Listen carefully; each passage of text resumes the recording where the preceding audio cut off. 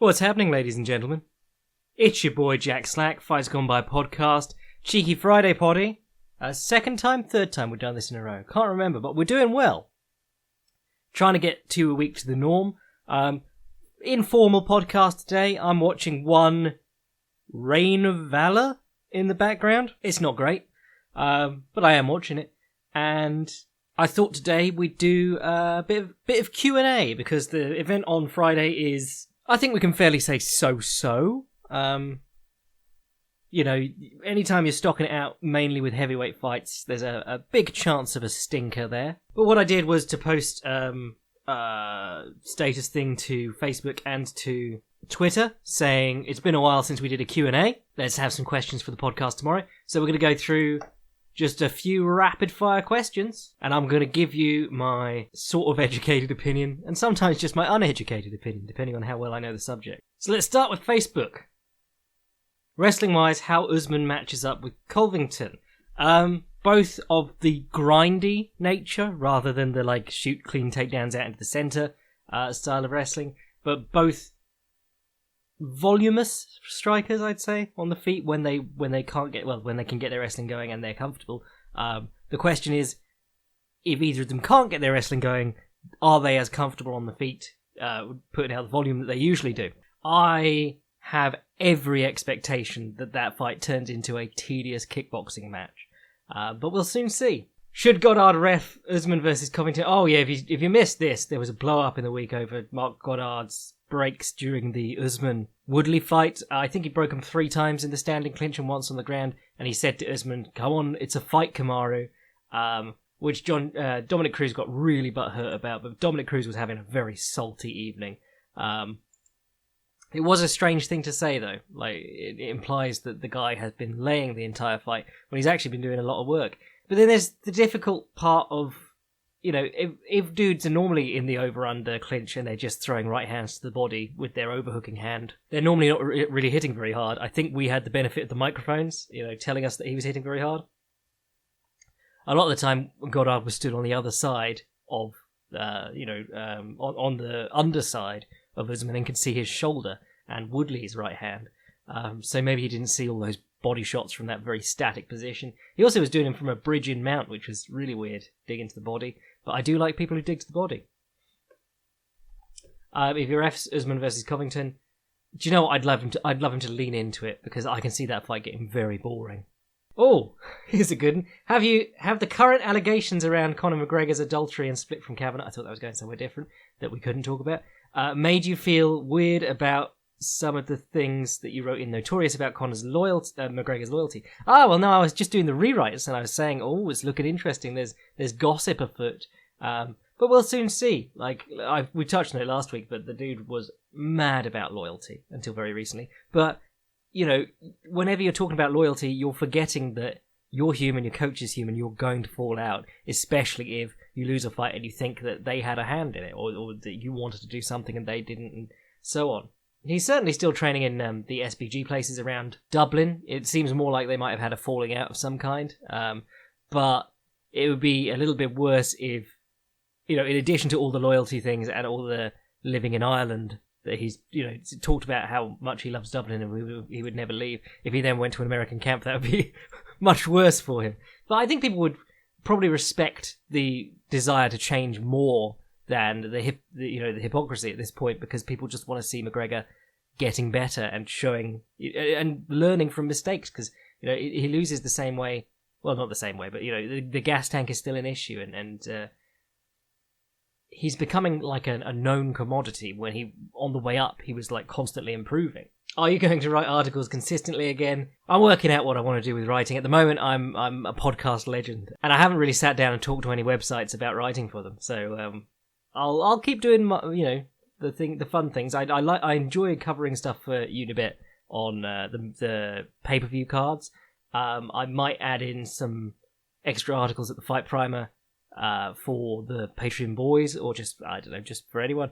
I'm not really, I don't know, because I love writing, but I love writing when I feel the call to write, you know. But then equally, the problem is, from Hemingway to Stephen King, they've all said, don't wait for the inspiration to come.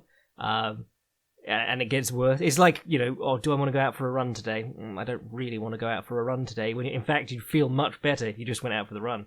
So I'm still working out what I want to do. Up in the air. But now I've actually got some time to think about it now that I'm not doing fucking rewrites anymore. When it comes to boxing up Anderson, who did it better, Stylebender or Bisping? I've got to say Bisping. As much as I love Izzy, I thought Michael Bisping just really did a wonderful overall job. They did a lot of the same things, but, But then when Izzy did it, Anderson never really got back into it. He never had a big moment where he, knocked him down or anything or stunned him. Can you share your thoughts on the perception that Derek Lewis only has a puncher's chance against JDS? I mean, he only has a puncher's chance in every fight. It's just that he actually manages to punch people quite a lot. I think... Well, we'll talk about this fight more later, but I think JDS, unless he's lost a real step or he makes a big mistake, should just body jab the shit out of this guy. If you could fight any one fighter, who would it be? Angela Lee? Oh, I'd deck her. Southpaw right hook as effective... That's a weird way of phrasing the question. Southpaw right hook as effective as an orthodox left. People to watch for setups and counters to it. The left hook against a southpaw and obviously the mirror image, the southpaw right hook against an orthodox fighter. It's the well-hidden punch because it's trickier to sneak through because the shoulder should be there, like as a barrier a lot of the time. But it is one that guys consistently get caught out with. Once you get over the long straight shooting with the rear hand, that lead hook can really be successful. Manny Pacquiao, definitely one to watch. Once he started learning how to use it, Manila Ice, as Freddie Roach called it, it really became effective for him. Who do you think is going to win a match between John Jones and Stylebender? You've got to pick John Jones because he's John Jones. Ronda, Charlotte or Becky? Becky, 100%. I'm assuming this is for Mania, unless we're doing Fuck, Marry, Kill. But no, we won't do that. Which athlete do you think could be amazing if they would fix their flaws? Edson Barbosa. He's got circle the ring well and realise when he needs to change position without sacrificing all his attacks to do so. He would be a monster. I can't think of anyone at that level whose flaws are so obvious. As the UFC loses more and more credibility and tumbles into the abyss of disgrace and meritless existence, although I can already tell this is going to be a stupid question, can we expect those belts will ever have their value restored to legitimate and competitively worthwhile? Most long-time fans I know rarely watch anymore, and it's out of lost respect for the merit of the plummeting championship prestige. It's become a spectacle to take in on occasion, but nothing resembling a legitimate sport. Thanks. No, I started out as that being a stupid question because it was very melodramatic about the UFC, but you got a point. The belts, the constant need to slap a belt on everything, and the very public spat that the UFC's in with McGregor and Cerrone because they want them to be co-main event to some kind of title fight. It's really silly. What we need really is for websites to step up and do the ranking more seriously so that we don't have to rely on the UFC's rankings, which are garbage, and then we would actually have an idea, you would have an idea of who the casual fan should care about. Ideally, the MMA Journalist Union would get together and sign off on a set of rankings every month, and then the world would have to respect them, but they don't want to do that. What would an MMA Royal Rumble look like, and who would come out on top? I think Daniel Cormier, because he's best at lifting big dudes. But Tank Abbott came close to throwing someone over the top of the octagon back in the day, but I think it was a shorter octagon. But it'd be a mess, because guys would have to come in over the top too. Well, you could probably have them come in by the gate, but it is an extremely weird thing if you stop and think about it, having to carry someone over the top rope. And it gets worse every year, because they keep doing more and more of those didn't touch the floor with both feet bits, but they had to do something stupid with Kofi every year, and they had to do 3 teased eliminations at the Women's Royal Rumble this year. It was just dreadful. And there's always that spot where someone gets eliminated, gets angry, drags out the guy who's eventually going to go and win, and lets them have a rest on the outside by putting them through the announcer's table or something. It's bad. I watch it every year and it's always bad. The only good part is the surprise comebacks. When was the first Women's Royal Rumble? Because it was really surprising that Trish Stratus could still go at a good pace. Lita couldn't. She was gassed as fuck within about 5 minutes. But Rey Mysterio's return was awesome. This year they only had Jeff Jarrett come back, which was a good surprise, but then they led with it and there wasn't really any other surprise returns. Not a fight I think we're going to get, but what kind of problems do you think Volkanovski can cause Holloway if they were to fight? Oh, they've just announced that Volkanovski's going to fight Aldo, so don't expect that one to happen. Aldo, the prospect killer and man taking money from Holloway's wallet. I think it'd be very interesting. I've not seen Holloway get stuck on the fence much, except in that fight against McGregor, where he was really put on the back foot and couldn't strike as effectively because McGregor forced him back to the cage. And Volkanovski's whole game is putting people on the cage and then hitting them on the brakes and using nice takedowns off the cage. So yeah, I mean, there's a whole heap of guys I'd love to see fight Holloway, but none of them are getting past Jose Aldo at the moment. So, I have to wait for him to graciously retire. Reyes or Walker? I think probably Reyes, because I've seen more of him. That's basically all I'm basing that on. It's very hard to...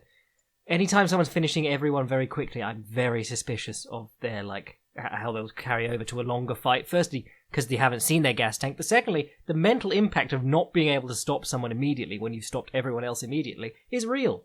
Look at Rumble Johnson. He folded in half emotionally within minutes of his big punches landing on Daniel Cormier and not doing the job. How do you see Justin Gaethje dealing with Edson Barbosa's striking? By walking straight at him, and I think that's a really good fight for Gaethje. But if Edson Barbosa can actually do that and Gaethje isn't fighting really stupidly, I think that's a real good sign for Edson. Do you think ONE FC is going to take over? No. At some point, this is every time someone gets signed to ONE FC, some old name. There's always someone in the comments on Reddit "Oh, Jack Slack, tell me about how they're going bankrupt again." I'm like, no, they're not going bankrupt. It's just that they have never made a penny profit. They're 100 million in the hole. They live on venture capital from various people in Singapore, and as long as people are happy to continue without a return, they're fine. They could run forever on losing money, but it's just not really a viable business model. I'm very interested to see where it goes in the future. They're signing good people, but until they actually work out how to monetize their fights while they're taking people to Jakarta, where no one actually will pay for a ticket, or the average ticket is $2, you're in a weird spot. Is there any fighter you recommend me checking out? KJ Noons, back in the day. No, who do I like? Go and Google 4 Strikers Fightland, because I used to do a piece every once in a while of just 4 interesting strikers you would probably enjoy. And they'd be from weird backgrounds like Kyokushin karate or kickboxing, or they'd be an MMA fighter on the other side of the world, or someone from back in the day who hasn't really got a lot of attention. Maybe I'll do some more of those for the Fight Primer, because I enjoyed doing them. It's just a quick Reader's Digest of here's some guys that I think are cool, and you might think are cool too because of this. My mate reckons that if head stomps and soccer kicks were still legal, Shogun would still be lightweight champ, he's written here, but light heavyweight champ. Is he right? A lot of Shogun's game was knees to the head on the ground and soccer kicks. Before he came to the UFC, he was really as much as Bas Rutten would jizz over him and Ninja's striking, he was really more of a ground and pounder. So I think he did lose out in a big way on those. But equally,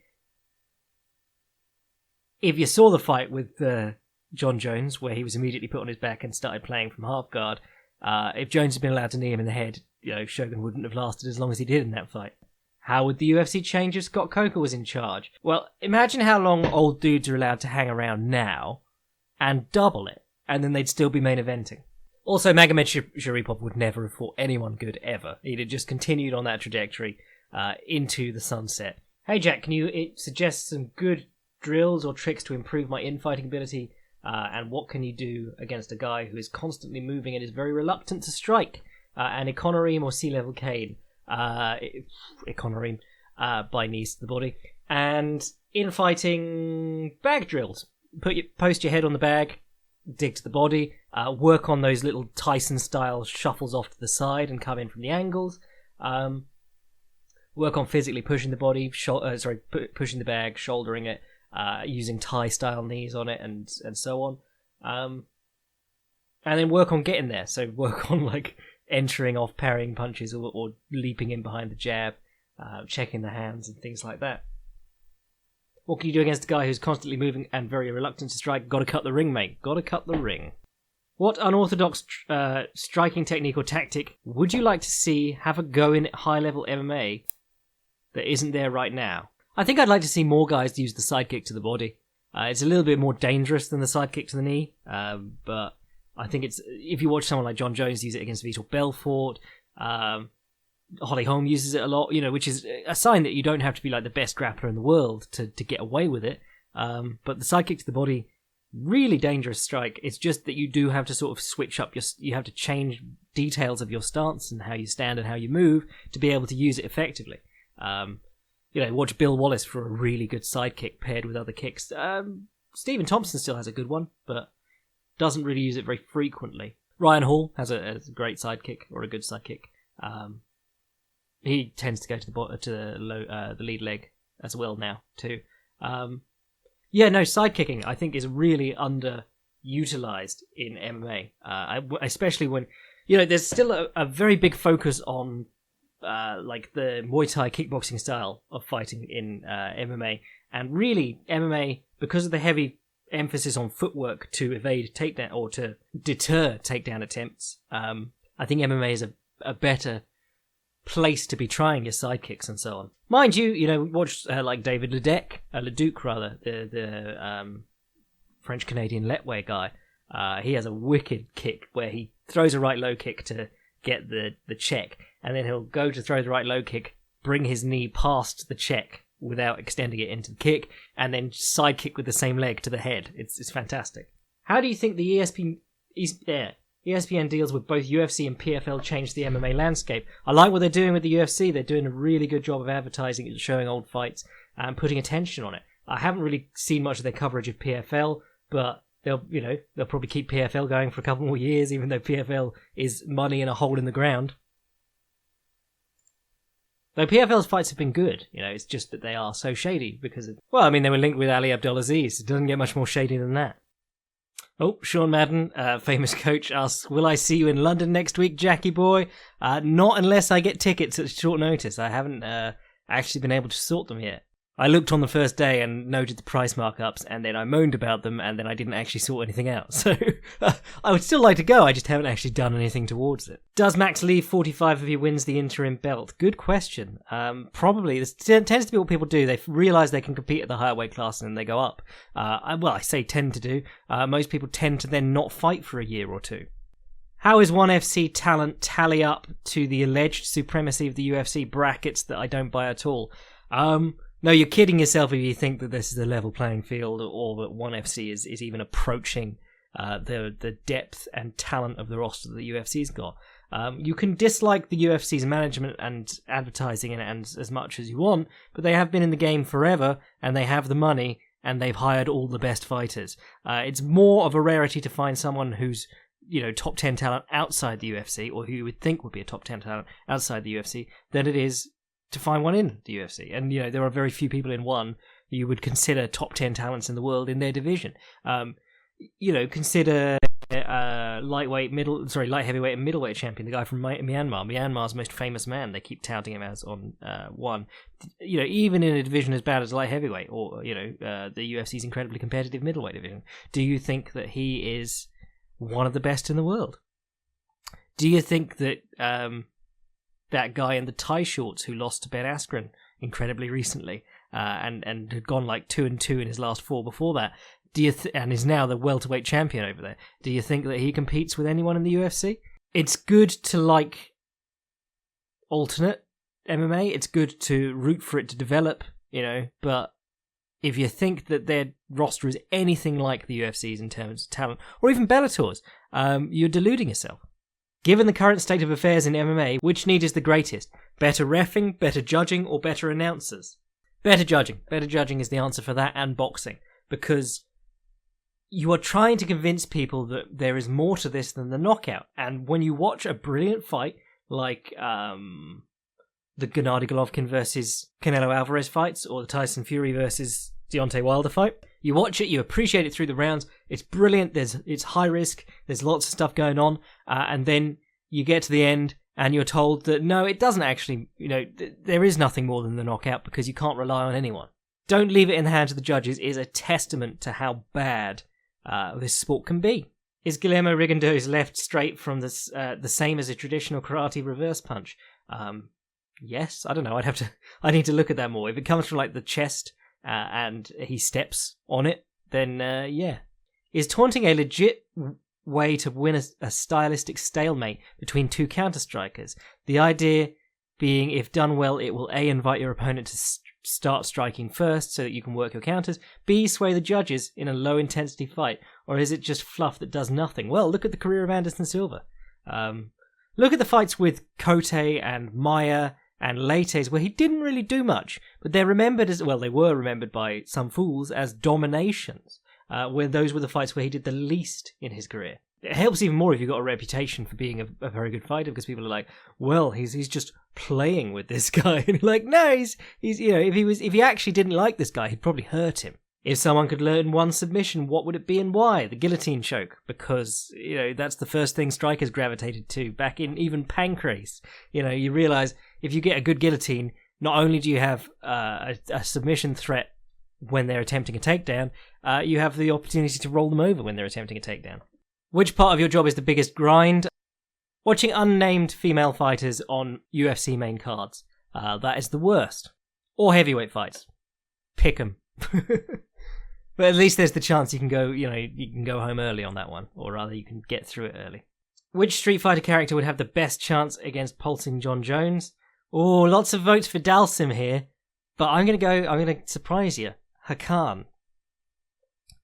Because if the amount of bitching that people did about George St. Pierre getting a little bit of Vaseline on his shoulders is any indication, Hakan would be untouchable for a wrestler. Right, we'll come back to those later, but let's just do a little bit of pre-fight hype for the event coming up this weekend. Man, they wheeled out Ungalani while in the background on one while I was reading the UFC rundown of the event, and that lad is hilariously built for a place that prides itself on its athletes being too honourable to take drugs. If you fall for the whole humility, honour, martial arts bullshit that one are pushing as their brand, you're an idiot. I'm sorry, there's no other way to put it. We don't drug test because our fighters are kept too poor to take drugs. Actual paraphrase of Chatri, who then signed Vitor Belfort this week. And my response was, I hope they're keeping him poor enough that he can't take drugs. So what are we doing? We're doing Derek Lewis versus Junior Dos Santos. Right, you know Derek Lewis's chance in this. Landing his big right hand. He's going to swang and bang. Junior Dos Santos, feints and bodywork. And if he does it well, Derek Lewis will quit, like he did against Mark Hunt. That's really all there is to that card. You know, Junior Dos Santos is unlikely to take him down, and Derek Lewis is unlikely to do that elbow escape and stand up thing. But you got Curtis Millender in the co-main event versus Eleazar Dos Santos, another Dos Santos. That should be good. Love watching Curtis Millender. I've been working. I've had something on the back burner for ages about Curtis Millender. Some stuff that he does in his fights that's very cool. If you watch his fight against Thiago Alves, he came in perfectly prepared for Alves. It seems like he's a long way from that dude who was beating the shit out of Fernando Gonzalez and somehow lost that fight. Still does do that awkward thing where he will try and angle out to the side with his chin straight up in the air. And he gets away with it a lot because he's tall and like his range is longer than the opponent, so they might swing a straight arm swing at him and not quite get to him. But there are a lot of points where Curtis Millender, if he's caught a little bit short, or rather like a little bit off guard, he'll try and circle out and he'll have his hands down the whole time he does it. And I think that's how Gonzalez cracked him in their fight. Someone else caught him like that too. Can't remember who it was. But he fought a couple of good guys in Bellator after. Was it that lad who ate the knee from Paul Daly? But he fought a couple of good guys in Bellator, and he was lined up to fight MVP, but an injury pulled that one. Very sad. Dos Santos is another one of those Brazilians whose listing is confusing because some places list him as Elizeu Zaleski, some places list him as Dos Santos. You're probably better off just calling yourself Zaleski with the number of Dos Santoses that there are around the Brazilian fight scene. But if you remember him, I remember him for stopping Sean Strickland. Sean Strickland had fought, I think he only had 2 losses, certainly 2 losses on his recent record, which was Usman and Ponzinibbio. In fact, those were the only 2 losses on his record, and he'd come down from welterweight, and Zaleski just starched him, and it was a nice little a knockout, actually. Zaleski's...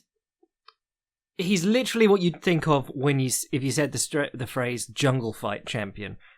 You'd be like, oh yeah, I expect an exciting striker, a skinny, explosive dude with not very good boxing, but who tries lots of interesting stuff. And that's literally what he is. Jab, overhand right, can't really straighten out his right hand even if he tries. But good inside low kick, nice, spin kicks and jumping knees. Does a lot of that sort of shit. And the one that he used to knock out Strickland was like he wound up for the left hook, went back, wound up for the left hook, went back, wound up for the left hook, went back again without throwing the left hook, and as Strickland's hand was dropping, he just spun straight into a wheel kick and knocked his head off. It was lovely. The most recent one they gave him was some guy who was much less accomplished than Strickland. So still undefeated, but yeah, Luigi Vendramini, and that was in Brazil. So I was just like, here you go, knock this lad out. The Strickland one is the most impressive. He beat Max Griffin, which is also pretty good, and Lyman Good, of course. So yeah, that'll be a fun little... I expect Curtis Millender will frustrate that man enormously, because Curtis Millender can straight hit, and Zaleski cannot. As far as I've seen, of course. What else is going on? Nico Price versus Tim Means. There you go, a couple of old bangers there. Nico Price still famous for knocking out, what's his name, Randy Brown? What's his name? From the bottom with a hammer fist. From K-Control, as Neil Melanson would call it. And Tim Means, obviously famous for being Tim Means, having nice elbows and being a fun fighter to watch. Ben Rothwell's returning against Blagoy Ivanov. God, I hope he wins, because he was in a good place. He'd beaten Matt Mitrione very convincingly, and then he submitted Josh Barnett for the first time in ever, maybe? Yeah, ever. I said that with too much confidence. Possibly ever. And he was in a really good spot, and then he lost to Dos Santos and failed the drug test. And the Dos Santos fight was just like Dos Santos was a step quicker and a step smarter. Rothwell, never been the sharpest striker, but he does a lot of that, reaching out, mummy guard stuff. He'll palm a lot of strikes. Really gave Mitrione trouble on the feet like that. Has good punching power of his own over quite short distance. And has that choke. So if you go in for the takedown on him, there's always that... Like I said, learn the guillotine if you're a striker. Benil Dariush versus Drew Dober. It seems like another tune-up for Dariush here. Tapology has Dober at number 52 in the world. I like Dober a lot. He's had some fun fights. But Benil Dariush was a top 10 guy until very recently. The loss to Edson Barbosa, which he was winning up until that point. That's the one that people always forget. They go, oh, well, Edson Barbosa's only been beaten by wrestlers. And you're like, well, Michael Johnson ran him ragged. And Benil Dariush was giving him fits until a chance flying knee connected with him. But the Hernandez loss really set him back. He beat Thiago Moises back in November, but yeah, really needs to get back on form, because that division, if you miss a step, that's why you should never take a short notice fight against an unknown prospect in that division, because one slip and there's your shot at the title gone for the next 4 years. Akhmedov versus Tim Boach, nice stuff. Anthony Rocco Martin versus Sergio Moraes. Oh, Moraes looks so good in that fight against Saunders. Yana Kudskaya versus Marion Renault. Meh. I saw Yana Kudskaya's last fight and I was just like, yeah, not into this at all. And that's where it sort of drops off. I mean, they're all good enough fights that I'd happily watch them. Just not really a lot to get excited about, and not a lot that I really want to go into the minutiae of what could happen, That's one of the things, big fights, there's that ability to get excited about them, and it actually matters when you're talking about them ahead of time. Whereas with this one, it's like, yeah, could win, could lose, who knows? Anyway, I reckon that'll do us for this week. I'll do another Q&A sometime soon. Back to business as normal on Monday, and hopefully some interesting stuff happens over the weekend. One's been pretty good in the background while I've been talking. Back and forth style fights, a couple of submissions, and I am going to watch Kazakhstan in the main event, so that'll be fun. I'm your boy Jack Slack. If you want to sign up to the Patreon, support the podcast, and get the history episodes, which I promise are back on track now and coming out very soon, go ahead and do that. It makes it possible for me to do these twice a week now. And if you want to see what I'm up to at any point in time, fightprimer.com. And if you want to send an email to the podcast, a nice long-form question for next week, fightsgonebypodcast@gmail.com. I'm your boy Jack Slack. Cheers.